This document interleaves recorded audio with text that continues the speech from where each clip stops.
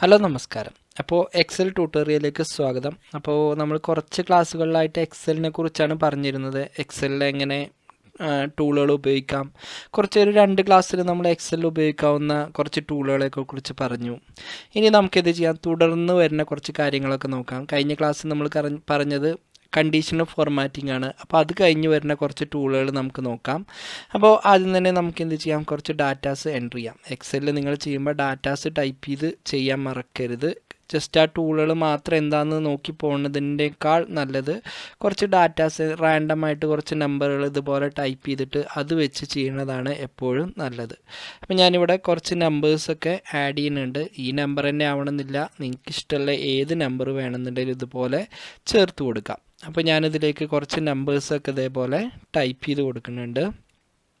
Okay, ഇനി next വരുന്നതാണ് കഴിഞ്ഞ ക്ലാസ്സിൽ നമ്മൾ പറഞ്ഞത് കണ്ടീഷണൽ ഫോർമാറ്റിംഗ് ആണെന്ന് പറഞ്ഞു. അത് കഴിഞ്ഞ് വരുന്നതാണ് ഫോർമാറ്റ് ആസ് എ ടേബിൾ. അപ്പോൾ ഈ ടേബിൾ ഇപ്പോൾ ഇതിൽ ഈ ഡാറ്റാസിന് നമുക്കൊരു ടേബിളിലായിട്ട് കാണിച്ചു തരാൻ, ടേബിൾ എന്ന് പറഞ്ഞാൽ നമുക്ക് ഇതുപോലെ ഏത് മോഡലിലെ ടേബിളിൽ വേണമെന്നുണ്ടെങ്കിലും നമുക്ക് ഇതിനുള്ളിലെ ഡാറ്റാസ് ഡിസ്പ്ലേ ചെയ്യിപ്പിക്കാം. അപ്പോൾ ഇതുപോലൊരു ടേബിളിൻ്റെ ഉള്ളിലായിട്ട് ആ ഡാറ്റാസ് നമുക്ക് ഡിസ്പ്ലേ ചെയ്യിപ്പിക്കാൻ വേണ്ടിയിട്ടാണ് ഫോർമാറ്റ് ആസ് ടേബിൾ ഉപയോഗിക്കുന്നത്.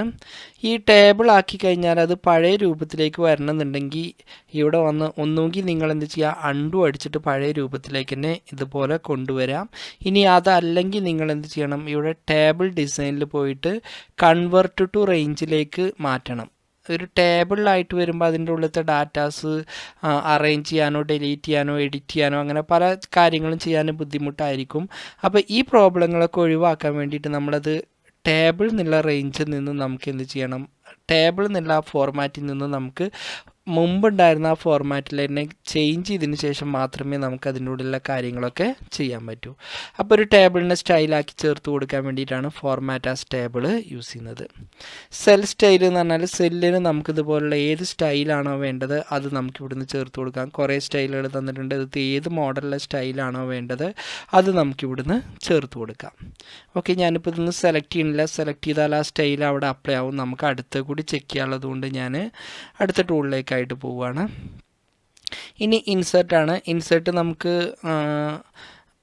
ഇൻസേർട്ട് ഷീറ്റ് റോ, ഇതിൻ്റെ മുകളിലൊരു റോ പുതിയതായിട്ട് ഒരു റോ ആഡ് ചെയ്യാനും അതേപോലെ തന്നെ ഒരു കോൾ ആഡ് ചെയ്യാനും അതേപോലെ തന്നെ ഷീറ്റ് ആഡ് ചെയ്യാനൊക്കെ വേണ്ടി യൂസ് ചെയ്യുന്നതാണ് ഇൻസേർട്ട്.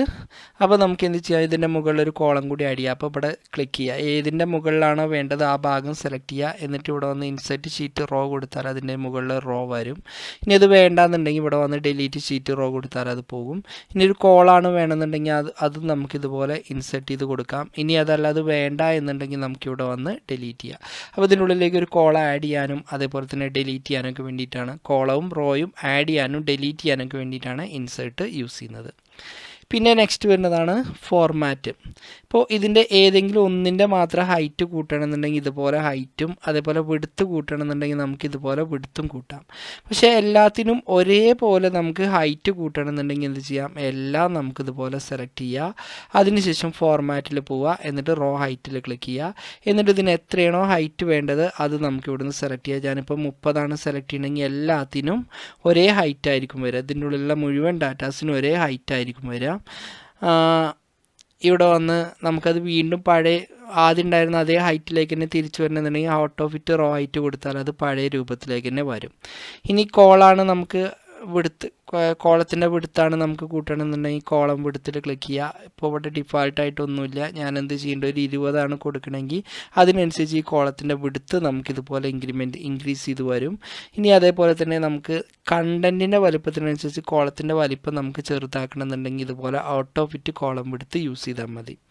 ഇനി നേരത്തെ എത്രയാണോ ഉണ്ടായിരുന്ന വിടുത്ത് എന്ന് നമുക്കറിയില്ല. അപ്പോൾ ആ നേരത്തെ ഉണ്ടായിരുന്ന വിടുത്ത് അറിയണമെന്നുണ്ടെങ്കിൽ നമ്മൾ ഡിഫാൾട്ട് വിടുത്തിൽ പോയാൽ മതി. അപ്പോൾ നേരത്തെ എത്രയാണോ ഇവിടെ ഉണ്ടായിരുന്ന വിടുത്ത് അത് കാണിക്കും.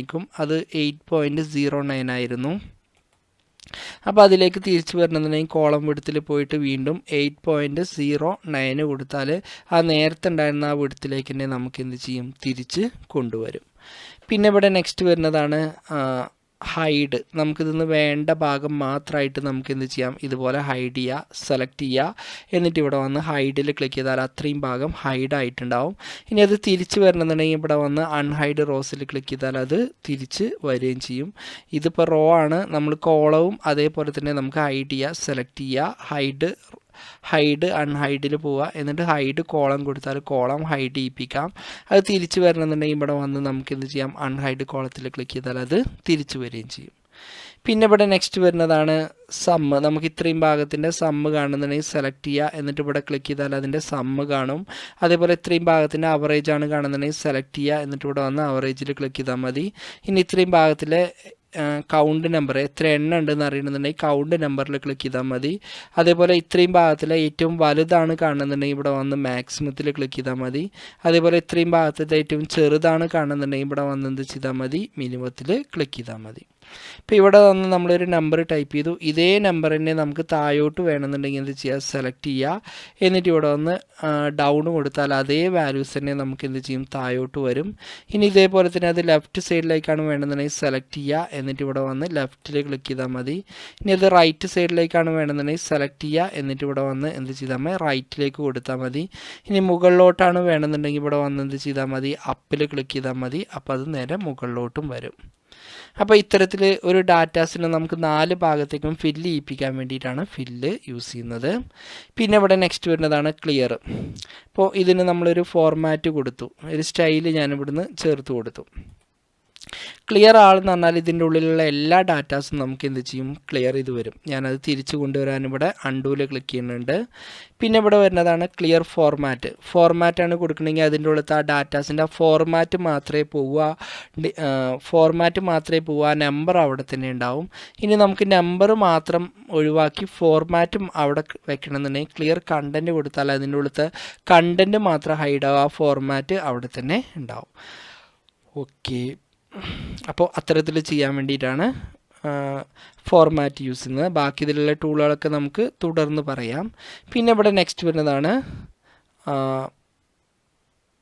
Sort and filter. ഡാറ്റയിൽ ഡീറ്റെയിൽ ആയിട്ട് വരുന്നുണ്ട്. ഇവിടെ നമുക്കത് ഡീറ്റെയിൽ ആയിട്ട് നമുക്ക് ഇവിടെ കാണിക്കുന്നുണ്ട്. അപ്പോൾ നമുക്കത് എടുത്ത് നോക്കാം. പിന്നെ ഇവിടെ നെക്സ്റ്റ് വരുന്നതാണ് ഓക്കെ, നെക്സ്റ്റ് ഇവിടെ വരുന്നതാണ് ഫൈൻഡ്, അതേപോലെ തന്നെ റീപ്ലേസ്, അതേപോലെ തന്നെ ഗോ ടു. ഫൈൻഡ് എന്ന് പറഞ്ഞാൽ ഇതിൻ്റെ ഉള്ളിലത്തെ ഒരു വേർഡോ അല്ലെങ്കിൽ ഒരു ലെറ്ററോ നമുക്ക് തിരഞ്ഞ് കണ്ടുപിടിക്കാനാണ് ഫൈൻഡ് യൂസ് ചെയ്യുന്നത്. അപ്പോൾ ഫൈൻഡിൽ ക്ലിക്ക് ചെയ്യുക. എന്നിട്ട് ഏത് വേർഡാണോ തിരയേണ്ടത് അത് ടൈപ്പ് ചെയ്യുക. എന്നിട്ട് എവിടേക്കാണോ വേണ്ടത് അങ്ങോട്ട് നമുക്കിതുപോലെ കേസർ ഇങ്ങനെ കൊണ്ടുപോയി വെച്ചാൽ, അതായത് എവിടേക്കാണോ 55 വന്നത് ആ നമ്പർ നമുക്കിവിടെ കാണിക്കും. അപ്പോൾ ഒരു വേർഡോ അല്ലെങ്കിൽ ഒരു നമ്പറോ നമുക്ക് തിരഞ്ഞ് കണ്ടുപിടിക്കാനാണ് ഫൈൻഡ് യൂസ് ചെയ്യുന്നത്. റീപ്ലേസ് എന്ന് പറഞ്ഞാൽ ഇപ്പോൾ 55ൻ്റെ സ്ഥാനത്ത് നമുക്ക് 100 ആണ് വരണമെന്നുണ്ടെങ്കിൽ അത് ചേർത്ത് കൊടുത്ത് റീപ്ലേസ് ആൾ കൊടുത്താൽ നേരത്തെ എവിടെയാണോ 55 ഉണ്ടായിരുന്നത് അതിൻ്റെയൊക്കെ സ്ഥാനത്ത് ഇപ്പോൾ 100 ആയിട്ടുണ്ടാവും. അപ്പോൾ ഒരു വാല്യൂവിൻ്റെ സ്ഥാനത്ത് നമുക്ക് മറ്റൊരു വാല്യൂ കൊണ്ടുവരാൻ വേണ്ടിയിട്ടാണ് റീപ്ലേസ് യൂസ് ചെയ്യുന്നത്.